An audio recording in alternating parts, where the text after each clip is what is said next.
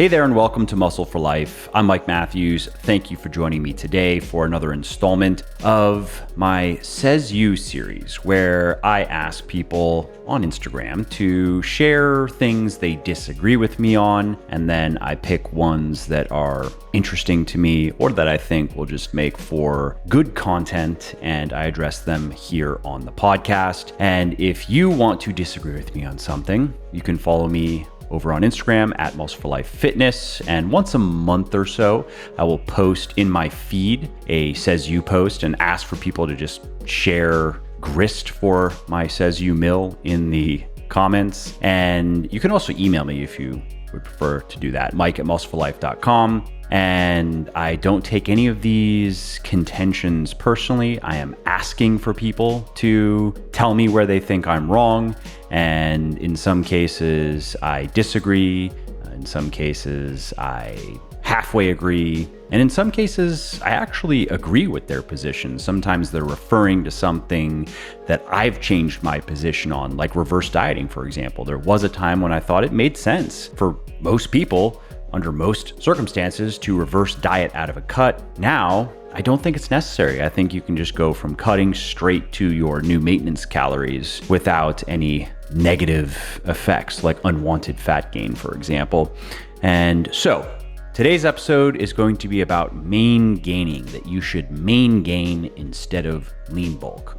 Before we get to it, how would you like a free meal planning tool that figures out your calories, your macros, even your micros, and then allows you to create 100% custom meal plans for cutting, lean gaining, or maintaining in under 5 minutes?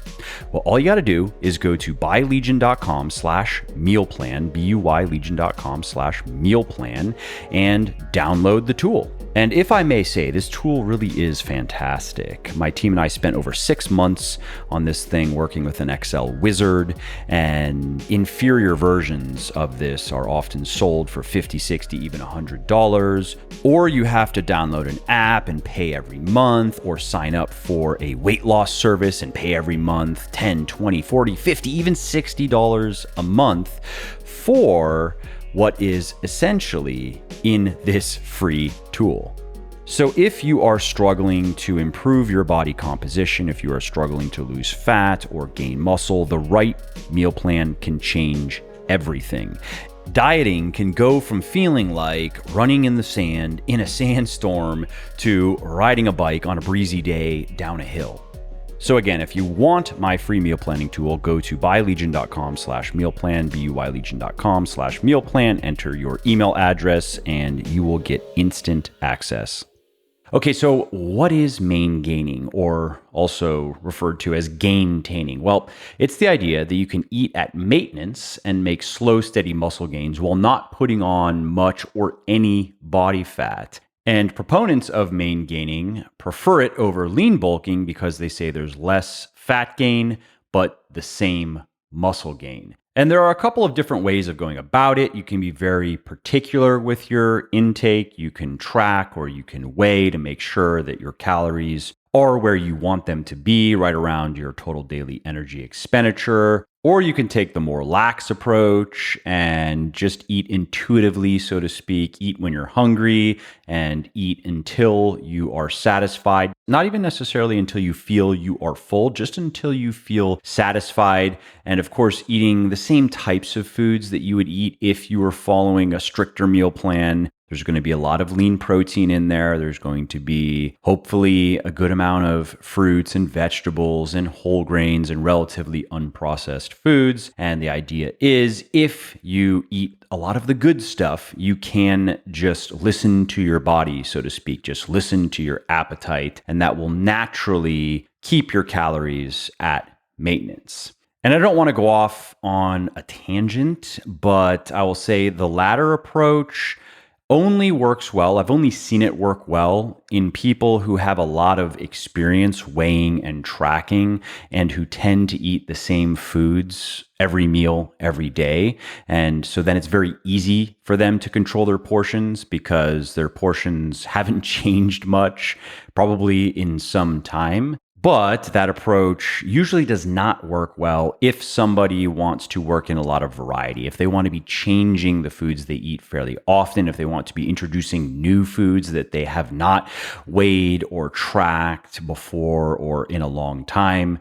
What usually happens is calories tend to come in high, not low. And of course, then you are not maintaining or maingaining or gaintaining if you are consistently in a calorie surplus because you're accidentally eating too much. In that case, you're just lean bulking. But anyway, for the purpose of this podcast, let's just assume that you have a way to figure out what your maintenance calories are and eat right around that target fairly consistently. Is that better than lean bulking? The simple answer is no, it's not. Gaintaining, it is inferior to lean gaining or lean bulking if you want to optimize for muscle growth, if you want to maximize muscle building. And the reason for that is progress slows down a lot when you're eating at maintenance calories versus lean bulking calories, particularly if you are an experienced weightlifter. If you are brand new, then your body is going to be hyper responsive and you can do great in a calorie deficit. So of course you can also do great at maintenance calories or lean bulking calories. But after your first year or so, when the honeymoon phase is over, progress slows down. After a couple of years, it really slows down. And then the only way to make considerable progress in, let's say, 3 to 6 month blocks of time is lean bulking.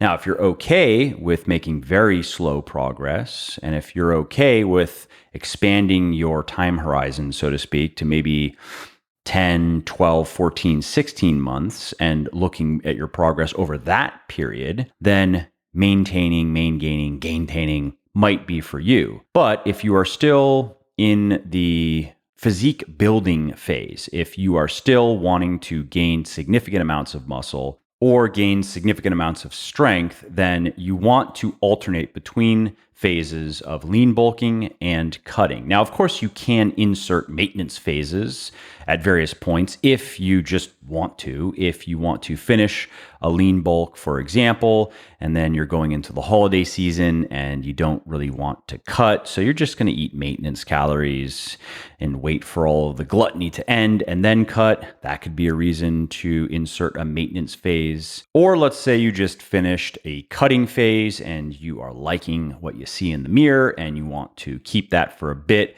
before you get fluffy again, before you lean bulk. Then of course you can maintain for 1, 2, 3 months, whatever you want. Many people, they will maintain throughout the summer. They'll pick the few months out of the year where they want to go to the beach and they want to show some skin and look good to maintain.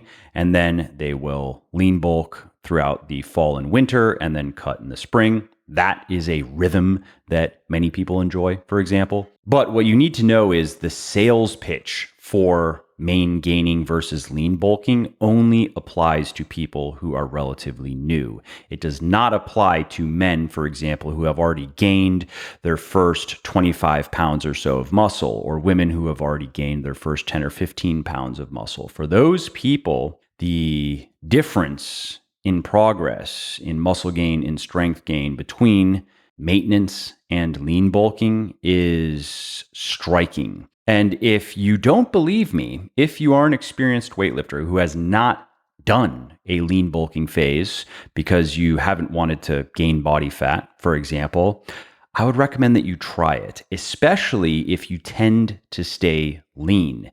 You are going to be surprised at how much more energy you have in your workouts, at how much faster you're able to add weight to the bar and to the dumbbells and to the machines, and how much better you recover. It's going to feel like you have found an extra gear or 2 or 3 in the gearbox. And the primary reason that lean bulking works so much better than maingaining for experienced weightlifters is no matter how accurately you calculate your total daily energy expenditure, and no matter how meticulously you plan out your food intake and weigh everything and track everything, You are never going to perfectly match calories in and calories out. There is always going to be a discrepancy. Some days your calories in are going to be a little bit higher than calories out, so a very slight surplus. Sometimes it's going to be a little bit lower. Sometimes it's going to be a lot higher. And by a lot, I mean 100 plus calories higher. Again, even if you are very conscientious with how you eat, it's going to happen over the course of 4, 6, 8 months that you eat a bit more than you burned. Maybe your eating didn't even change. Maybe you just burned fewer calories that day and you didn't realize it and bring your intake down accordingly. And so now let's say you overate by 100, 150, 200 calories. And then some days you're going to undereat by 100, 150, 200 calories. And what I've found with many fitness folk, especially more experienced people and people who are pretty lean and they like to stay pretty lean and who are drawn to Maingaining because of that, because they don't want to put on a lot of body fat, they tend to undereat more often than they overeat. And I understand because that habit helps keep you lean. If you're not concerned so much with muscle building or strength gaining, you really just want to stay lean, maintain your muscle, have good workouts, then you do want to tend to undereat, not overeat.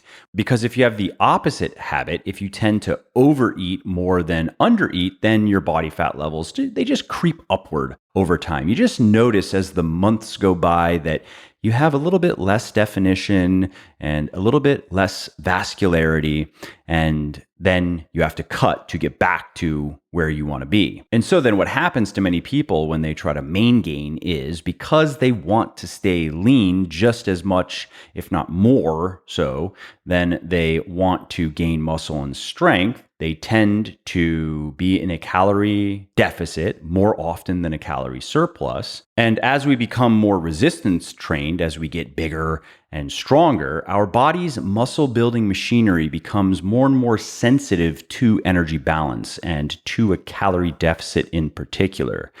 To continue getting bigger or fitter and stronger when we've already gained a lot of muscle and strength, we need our body's muscle building machinery, to use that metaphor again, we need it to be firing on all cylinders just to keep moving the needle. But if half of those cylinders are not firing because we are in a calorie deficit, let's say on average 3, 4, 5 days out of every week, and the consequence of that is our body is not willing to flip the switch on those other cylinders, it is very hard to make progress. Now, how do you get this machinery to run at full capacity and give you everything it's got? Well, you guessed it, a consistent calorie surplus. That is the key. And there's an interesting phenomenon that many people experience and report. I haven't seen direct evidence of it in the scientific literature, but I've experienced it myself, and I've heard from many people who report that when they start lean bulking, it takes a couple of weeks, usually 2 or 3 weeks, until they really start to feel the effects, until they really start to notice more energy in their training, more strength, better sleep, better recovery. And then by continuing the lean bulk, they're able to maintain that momentum. And then often at the end of a lean bulk, when they switch from lean bulking to cutting, that momentum seems to carry on for the first 2 or 3 weeks, where they don't even really notice that they're cutting. Maybe they're just a little bit hungry here and there, but they wouldn't know it in the gym. And then the aura fades, and then they actually feel like they're cutting. And so my point with that is, it would seem that you can't really reach the 5th or 6th gears, so to speak, unless you are lean bulking. You just can't do it when you're maintaining. I've never experienced it. I've never spoken with anybody who has experienced it nearly to the same degree as when they are lean bulking. Yes, there's a big difference between cutting and maintaining, but as you might see, if I have inspired you to do a lean bulking phase, I would say there's just as much of a difference in terms of how you feel and how you train between maintaining and lean bulking as cutting and maintaining. So then who is Maingaining or Gaintaining for? Well, it is mostly for people who are very happy with their current physique and their current performance, and they mostly just want to maintain that appearance and maintain that performance, and they're okay with very slow progress. It's also for people who don't want to have to cut. They just want to eat the same types of foods for long periods of time. They don't want to weigh things or measure things. They just want to eyeball or eat intuitively or use portion control. Then Maingaining is good for them as well, because a proper lean bulk, which is about a 10% calorie surplus, a consistent 10% calorie surplus, that requires just as much conscientiousness as cutting. You do want to make sure that you are around 10% over your daily energy expenditure. You don't want to be 20% over one day, 5% over the next day, 15% under the next day, 15% over the next day. You do need to be consistent. And lastly, Maingaining can work well for people who have a lot of weight to lose, but who are okay with a slower body recomposition type of transformation, as opposed to stripping away a lot of fat, adding a bit of muscle, and then focusing on adding a lot of muscle. Because if that person gains in the way that I discussed previously, if they just tend to undereat, if they make that their tendency, not by a large amount, but just their tendency is to eat a bit fewer calories than they burn. So let's say, again, they're in a slight deficit 3, 4, 5 days out of the week, and maybe a very slight surplus on the other days. In time, that can work really well for whittling away fat stores and adding muscle. Well, I hope you liked this episode. I hope you found it helpful. And if you did, subscribe to the show, because it makes sure that you don't miss new episodes. And it also helps me because it increases the rankings of the show a little bit, which of course then makes it a little bit more easily found by other people who may like it just as much as you. And if you didn't like something about this episode or about the show in general, or if you have ideas or suggestions or just feedback to share, shoot me an email, mike@muscleforlife.com, muscleforlife.com, and let me know what I could do better, or just what your thoughts are about maybe what you'd like to see me do in the future. I read everything myself. I'm always looking for new ideas and constructive feedback. So thanks again for listening to this episode, and I hope to hear from you soon.